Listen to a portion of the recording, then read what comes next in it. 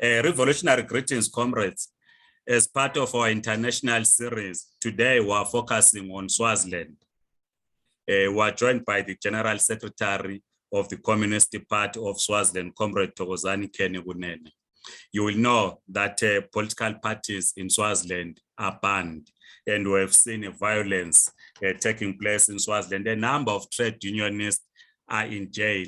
You also know the issue of the members of parliament that are currently in prison, and many comrades from Swaziland are in exile in South Africa and in other countries. So to understand this, the General Secretary is going to guide us, to lead us in the discussion, so that when we give solidarity to the comrades in Swaziland, at least we have a basic understanding on what is happening. Welcome, Comrade Jess. Thank you so much, Comrade Jess, and thanks for the opportunity. Let's start with the 1973 decree, which was done by the late King Sobhuza II. What was the decree? What does it mean? And so on, if you were to take us through that 1973 decree. Thank you, Comrade. It came just 5 years within what was termed independence that was given by Britain, after British colonial empire had spent enough time preparing the monarchy to take over power or to work with for the colonial interest.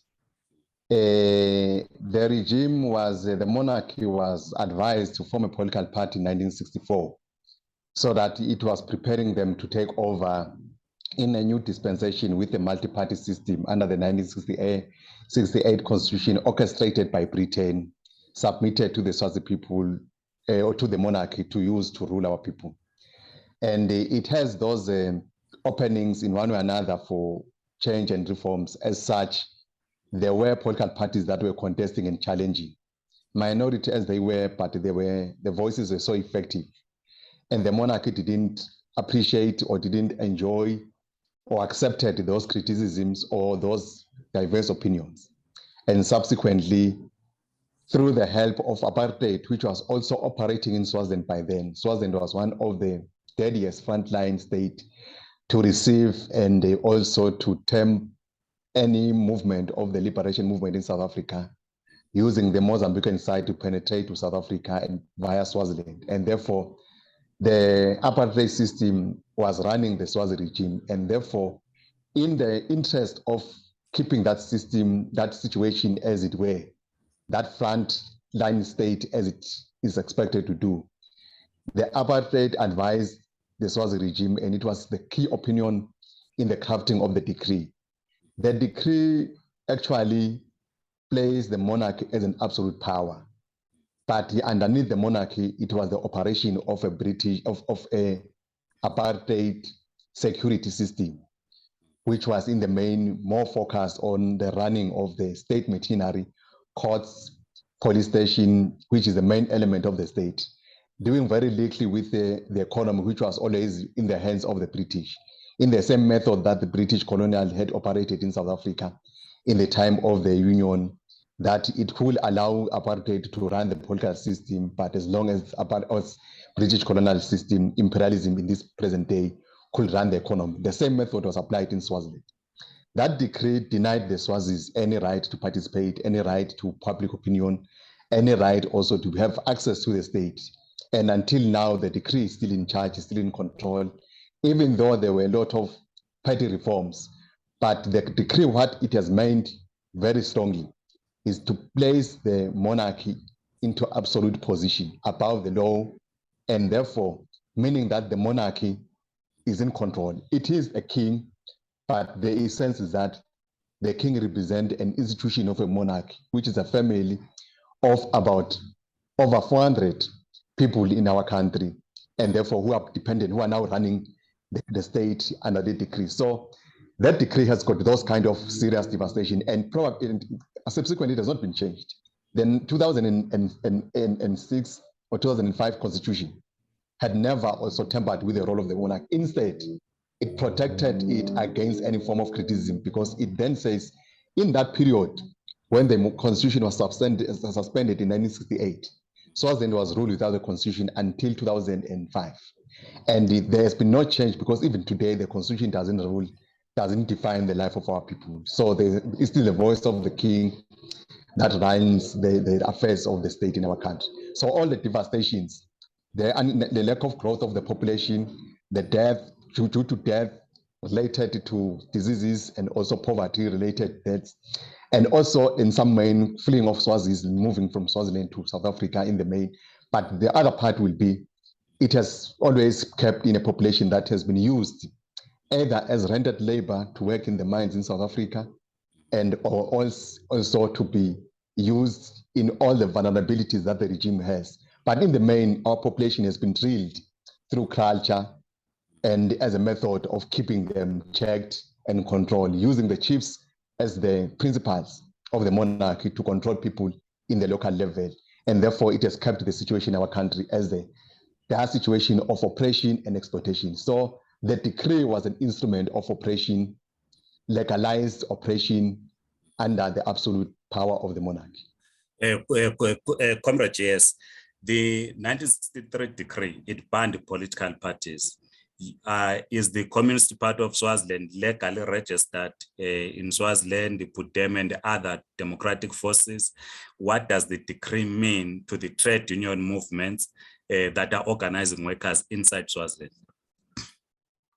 It banned political parties, it banned political activity. It is used as an instrument to undermine trade union freedoms, because it has been replaced by, in the main, the order that proclaims or prohibits gatherings. And we call the Public Order Act, which is now an instrument that has been connected within the decree, that the police and the army will be in standby to lose this instrument. So it has very serious predicaments. The CPS and all political parties in Swaziland are banned by law. They are not registered. They are not allowed to operate. That is, I think, the most problem. If there is no legal instrument of operation, it means there's no right to operate, because political party operations mainly will rely on public gatherings. And public gatherings are banned by law in the country. Only through defiance that we have seen a change of the political landscape, when the oppressed people of our country defy the decree and are acting in defiance, including workers, are in that same subject. But what we cannot ignore is that it has caused a lot of institutionalized violence, brutality, killings, and arbitrary arrest, because it has declared any form of political activism as criminal. So the criminalization of the rights to participate, to assemble, to organize has made very serious repercussions to practical lives of political activists in the country. Therefore, our history has been associated with those conditions whereby, with impunity, the regime has been able to imprison, kill, and also brutalize political activists in our country at a massive scale than probably we'll see the things are happening today. But it has been systematical all the years. People have been enduring those kind of conditions and difficulties. It is still an underlying pattern that some cases still are worth maximum investigation over that, because they remain to be within the confines of the system, which have avoided any form of checks about exactly what was happening about activists. We have a lot of cases of political leaders who mysteriously and their life ended, either in prison or even out of prison, because of the nature of the violence. So it has crippled the rights of the people to assemble and organize, and has affected political activism in the country. As a result, the political organizations in the country are operating as underground organizations. Let's get to this point. Let's get to this point, Comrade Nopal. There are MPs that were arrested, and the question that were asked in Zimbabwe is how were they elected? What is the electoral system in Swaziland? Maybe if you can define that for us. How do people get elected? Prior to the constitutional manipulation of 2005, Swaziland used a system of an electoral college where people will be mobilized within communities and then elect some people who will be workshopped how to determine who are the MPs or what to form the legislation. But the system up to this far, the election of prime minister, the first condition for the election process is that the vetting process starts with the chiefs. The condition for participation is that you must have been declared by the chief that you are loyal to the king by a traceable record of being a member of the regiment. It is by situation in Swaziland that your participation in the political system in the country must first acknowledge that you are paying allegiance, unreserved allegiance to the king. And that is where the process in the vetting process starts there. And then it moves to constituencies level where there is a contestation about that. But the principle of the contestation is that people will campaign, but in the process of their campaigning, they will then be part of legislative system that has got no powers over changing any laws. Every constituency in Swaziland, they use the Tinkula system as it was declared in 1972 as a pilot project for trying to protect and blanket the nakedness of the non-democratic practices of the regime and make a rubber stamp system parliament. That process then make the MPs to be simply community representatives that helps the world to think that there is a democratic system in Swaziland that defines a legislation. But the criteria of the operation of the justice system, which I think the important part will be how the legislative system is then connected within the system. The House of Assembly is through a bicameral system of the House of Assembly, which is directly elected from the constituencies. They constitute 69 members now after an additional number of new Timbula centers. But the issue is that then Mswati will then appoint 10. The 10 appointees in the main becomes chiefs and members of the royal family to monitor the allegiance of the king within the legislation. But it doesn't necessarily define a promulgation of any act or law. It only submits those recommendations to the House of Senate. The House of Senate, which is constituted of 30 members. Out of the 30 members, the House of Assembly will only appoint 10. The 20 are appointed by the king, making sure that in any case, the guarantee of the 2/3 majority remains in the hands of the monarch. So therefore, it is a rubber stamp parliament, whatever we may claim in any way about the voting process and whatsoever conditions. But the question is that the legislative system has got no power. It's simply a rubber stamp system, which has got no way that it can make any political change in the political system, because it will only come through acts or legislation. And therefore, it has got no power because the king has got that 2/3 majority outright in the House of Senate. So it is in that way. So any revolt, what we have seen that in the course of the activism in the country, the growth of the dissent views, many within the corridors of the regime were also vacillating towards the side of the struggling people. And the MPs were the immediate one also to come up and join.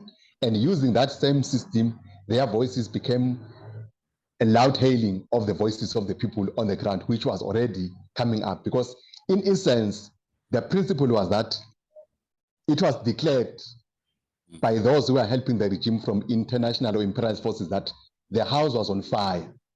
The ground outside is burning, and therefore the parliament itself was now the first side to start now to say, let's indicate that the house they are all in were in power. So the arrested MPs were amongst those who were raising the voices that the house was on fire. And the fire was not necessarily inside parliament, was outside the parliament. So they got arrested because in one or another, they were betraying the oath of allegiance that they also committed inside. But they opted to join the voices outside that the regime, they must be democratized in Swaziland. But what they were also raising up was an opinion of that the prime minister must be elected, something that we also dispute and say an elected prime minister will mean a relapse into a priorism. It will mean we are saying what happened in 1968.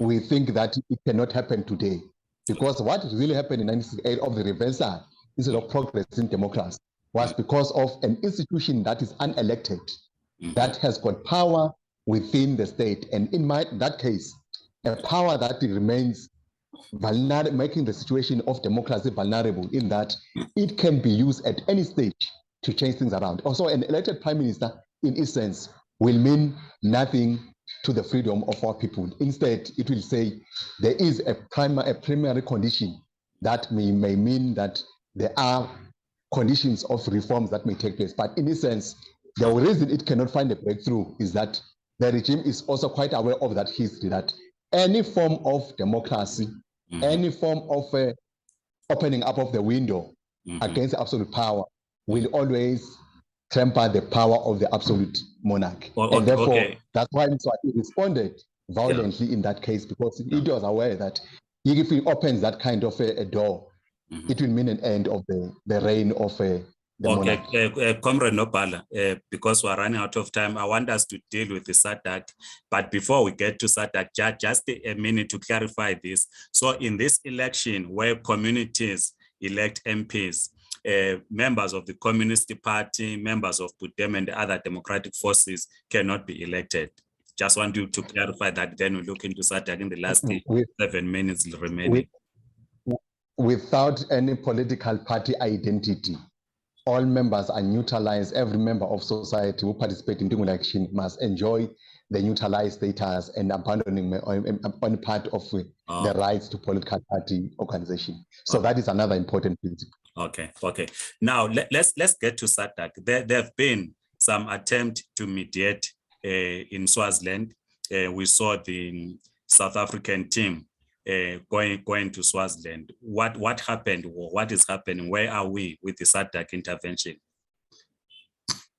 The first approach on SADC on Swaziland may not necessarily be probably now.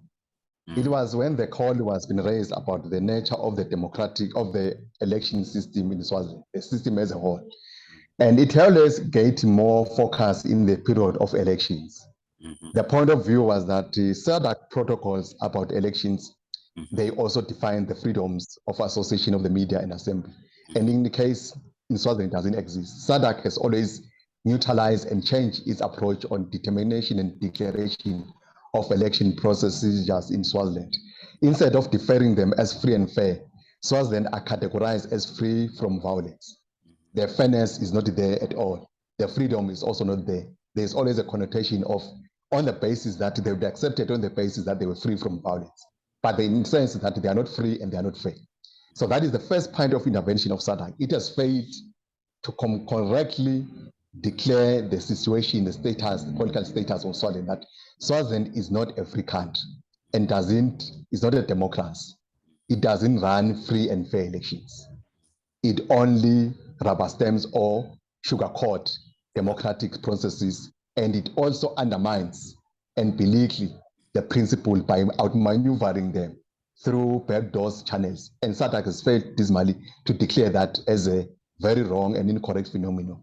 So I think that is where we raise the party about SADC position, failing to declare Swazi's Swazi system as undemocratic, Swazi government, Swazi regime as a dictatorship. So they have failed to say so. Then in the period of the crisis in the country that have risen over the uprisings of the people demanding for freedom, first condition of SADC was that they were more interested about violence, but in the course, they were condemning the act of the people. And they went in the first to immediately side with the regime. And in practical terms, SADC made very practical through the intervention of the then chairperson, which was the president of Botswana, who came in the first when over 40 people were already dead by that time. His statement was saying one person died. And then in the cause was to condemn the action of the people, was condemning the activism of the uprisings, other than the act of the regime. And then secondly, it came also with a condition of neutralizing the forces of Swaziland. It came and reinforced and put into focus some contingencies of forces, secret service forces that were involved in helping the regime on a counter-insurgency operation by declaring the rising of the people as an insurgency. And SADC has always stood in that position from that beginning. And it helped to reinforce Mswati's capacity, including bribing out some leaders of the underground organization to make them to connect into their own position. And when those issues were exposed, SADC commission even failed. The first commission failed to acknowledge the existence of the underground democratic organizations. The second one only acknowledged stakeholders. And in the cause was that the whole stakeholder labeling of the oppressed underground organization of the people was also one of the critical weaknesses, because it was still in the same principle that it will ignore the condition in our country that Swaziland is still under a dictatorship. There is no freedom in Swaziland. There is no democracy in Swaziland. So that is another channel of SADC. But bringing that, it then says the whole approach of SADC from the premise that its outlook on the situation of Swaziland fails deliberately to acknowledge the realities of the situation. And therefore, intervention by SADC always runs short of bringing in a solution to the problem in Swaziland. Even though a debate at that point of dialogue has always been coming out that there is a systematic way of dialogue. But the condition for dialogue are not one of the important pressures that SADC places. That the condition of dialogue will mean, first and foremost, the enjoyance of the freedom of assembly and association. In particular, it would mean the unbanning of political parties, the removal of the decree and its complete conditions that will level the ground to make sure that all who can enter into the dialogue have those elements of identification. The political party movement in Swaziland should be acknowledged that there are political parties in Swaziland as stakeholders. And in this period today, these stakeholders are also not recognized because partially they are not legally recognizable, and therefore SADC has not made any effort to make that a guarantee.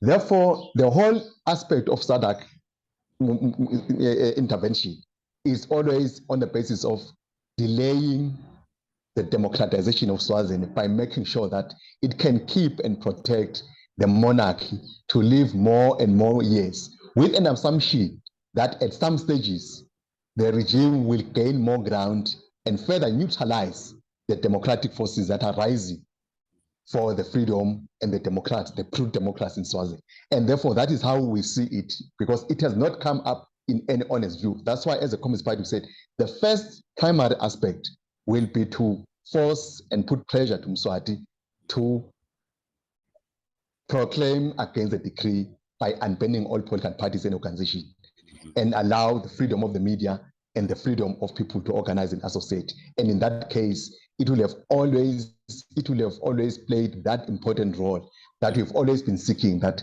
we believe that the principles of SADC on democracy in the region are ideal principles. Yes, with all gaps they are, but they are basic principles that we believe that they can guarantee the development of our countries. They can guarantee the peace and stability in the region. And in our own case, it will guarantee that kind. But up to this far, we do not see that necessary pressure. And as a part, our view as a party is that we then feel that SADC, under the condition of the arrangement, will not and cannot, up to this far, make that decisive role. But our disappointment was that even when effort of sacrifices our people have made, SADC continues to belittle those conditions, but choose to side with the dictator and try to operate with it. And we think that in the history of the record of our situation, SADC will always come up and say, the leaders stayed in our region, undermined or ignored the cry of our people. And even when they were being butchered using state organs, they continue to close one eye and concentrate on the other side and pretend as if things are as normal in our situation, even though things are not normal. So we feel it in that way. We do not think there is any practical intervention to resolve the question, but instead is to fix what they have seen as loopholes and gaps within the dictatorship, and they're trying to close those gaps.